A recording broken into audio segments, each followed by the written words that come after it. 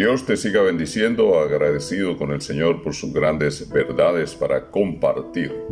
Vamos a disfrutar por un momento de su poderosa y extraordinaria palabra. Hoy se abordará el tema la muerte y sus perspectivas. Romanos capítulo 11, versículo 33. Leo en el nombre de Jesús. Oh profundidad de las riquezas de sabiduría y de la ciencia de Dios. Cuán insondables son tus juicios e inescrutables tus caminos.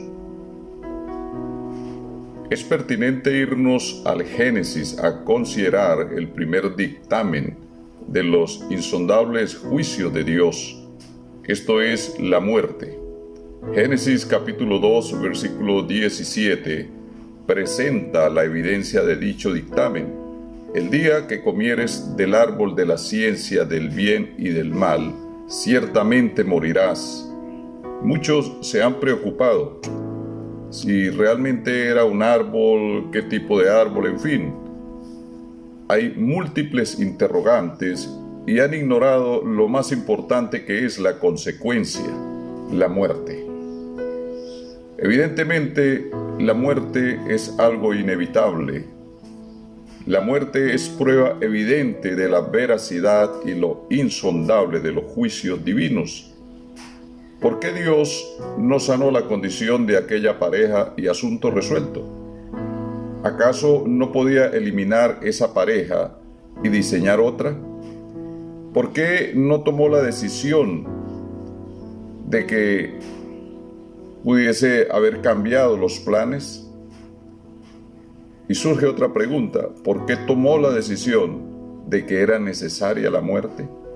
Y aquí los cuestionamientos que el hombre a través de los siglos ha tratado de discernir en su filosofía, otros en sus teologías, y sin embargo nos hallamos frente a otra verdad absoluta: sus juicios, y por ende sus dictámenes, como dice el escritor, son insondables, son incomprensibles e impenetrables a través de la razón humana. Pero Pablo está diciendo de una manera muy explícita que nadie, es decir, en su condición natural, es capaz de entender sus decisiones, ni de explicar los hechos divinos. Significa que es necesario entonces buscar la vía apropiada para obtener la explicación verdadera del evidente dictamen de la muerte. Ese medio es la palabra profética más segura, esto es la Sagrada Biblia.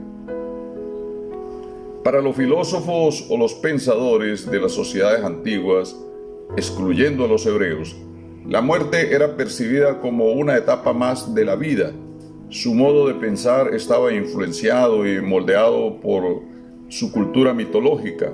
Ellos consideraban que la muerte era la oportunidad para separar los espíritus justos de los injustos, aun cuando consideraban la muerte una extensión más de la vida para los héroes y grandes personalidades. También existía la incertidumbre respecto al después, al más allá, pues el Hades era el dios de la muerte en su mitología y reunía a los fallecidos en el más tenebroso y oscuro lugar. Por ende, Platón consideró la muerte un hecho real y de liberación para el alma. Para Aristóteles era un principio vital y sencillamente lo veía como una separación entre el soma y el neuma, o el alma. Sócrates lo consideró como la oportunidad de encuentro y reencuentro con aquellos que ya han partido y los que morirán, a tal extremo que lo consideró no solo una esperanza, sino la verdadera felicidad al liberarse de la prisión del cuerpo. Esta filosofía fue adoptada por los gnósticos. Para los pensadores sociales postmodernos, la muerte en este mundo contemporáneo actual es considerada un fenómeno difícil de definir, ya que cada cultura ha interpretado la muerte de manera distinta, influenciados por todo ese ámbito cultural helenista. Incluso este tema de la muerte es aludido por las nuevas generaciones nihilistas al negar que todo principio religioso existe, incluyendo los principios y las ideas sociales. Otra perspectiva es la ciencia, y me refiero a la medicina y a la bioética, quienes consideran la muerte como el término de un ciclo vital al cesar las funciones respiratorias, circulatorias y del cerebro. Es un enfoque eminentemente biológico y por ende es otra filosofía humanista. La cultura hebrea, en su teología, define la muerte como el cese de la existencia terrenal. Job, capítulo 7, versículo 21, el capítulo 14, versículos 10 y 12, allí consideran la muerte como un sueño en el polvo y el cese de su existencia terrenal con una esperanza de despertar. Nótese que la muerte no solo es un fenómeno,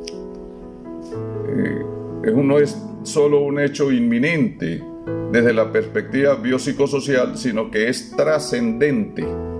Y solo la perspectiva bíblica puede efectivamente darnos la verdad absoluta.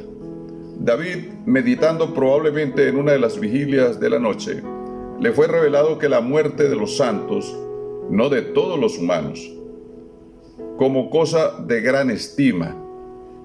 La Nácar Colunga dice que la muerte de los santos es cosa preciosa a los ojos de Dios. Vea cómo se va dimensionando ya el elemento de la muerte. Por eso la muerte dictaminada para el hombre traía un propósito de Dios. Dice Hebreos capítulo 2, versículo 14, que Dios participó de carne y sangre lo mismo que sus hijos. Y para nadie es un secreto que su naturaleza humanizada murió en el Calvario, y es allí donde queda de manifiesto la razón de la muerte. Dice al texto, para destruir por medio de la muerte al que tenía el imperio de la muerte, esto es al diablo, pues Satanás, haciendo uso del pecado como aguijón, trataría de aniquilar cualquier otra pareja que hubiese creado el Señor, cualquier otro Adán, cualquier otra Eva que hubiese sido allí diseñada. Efectivamente, Satanás la hubiese podido aniquilar, y veamos por la Escritura, por lo tanto era necesario atacar la causa y no la consecuencia. La mejor arma era la misma muerte. Dice en San Juan 11:11, y este ha sido un argumento para considerar que la muerte es un sueño hasta el momento de ser despertados. Sin embargo, analicemos que este era un pensamiento filosófico. Cuando pensamos que el Señor estaba hablando a los judíos con una cultura hebraica como Job, la muerte efectivamente era considerada un sueño del cual serían despertados. Pero recuerda que Jesús siempre ha hablado en términos inteligibles. Él no es Dios de confusión.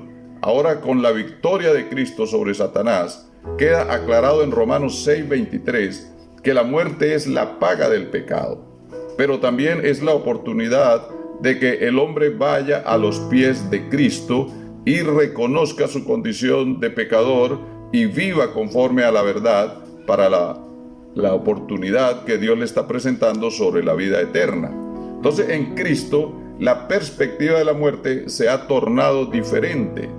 Pablo, siendo aún hebreo, cuando tiene ese encuentro personal con el Señor, su perspectiva cambió y expresó en Filipenses 1:21 que la muerte es ganancia si vivo en Cristo. Fue tal su apreciación de la muerte que en el verso 23 declara, teniendo deseo de partir, en otras palabras, teniendo deseo de morir y estar con Cristo, lo cual es muchísimo mejor. Significa que la muerte es la oportunidad que Dios le dio al hombre para tener en la vida ese reencuentro, esa reconciliación con Dios y poder lograr nuevamente nueva relación con el Señor Jesucristo para alcanzar la vida eterna. Y recuerda, la perspectiva de la muerte ahora es ganancia en Cristo. Significa que el problema no es la muerte, sino el pecado que puede llevarte a recibir como paga una muerte segunda. Dice Apocalipsis 21:8, donde los cobardes, los incrédulos, los abominables y homicidas, los fornicarios y hechiceros, los idólatras y todos los mentirosos, entre otros, tendrán su parte, dice, su espacio en el lago de fuego que arde con azufre. Dice, es la muerte segunda. Te invito a seguir en contacto con la verdad y recuerda, puedes evitar la muerte segunda y rectificar tu enfoque de la muerte biológica solo desde la perspectiva de un genuino cristianismo. Tu conexión con Cristo es importante. Su hermano y amigo Pastor Arnoldo Rincón, muchas bendiciones.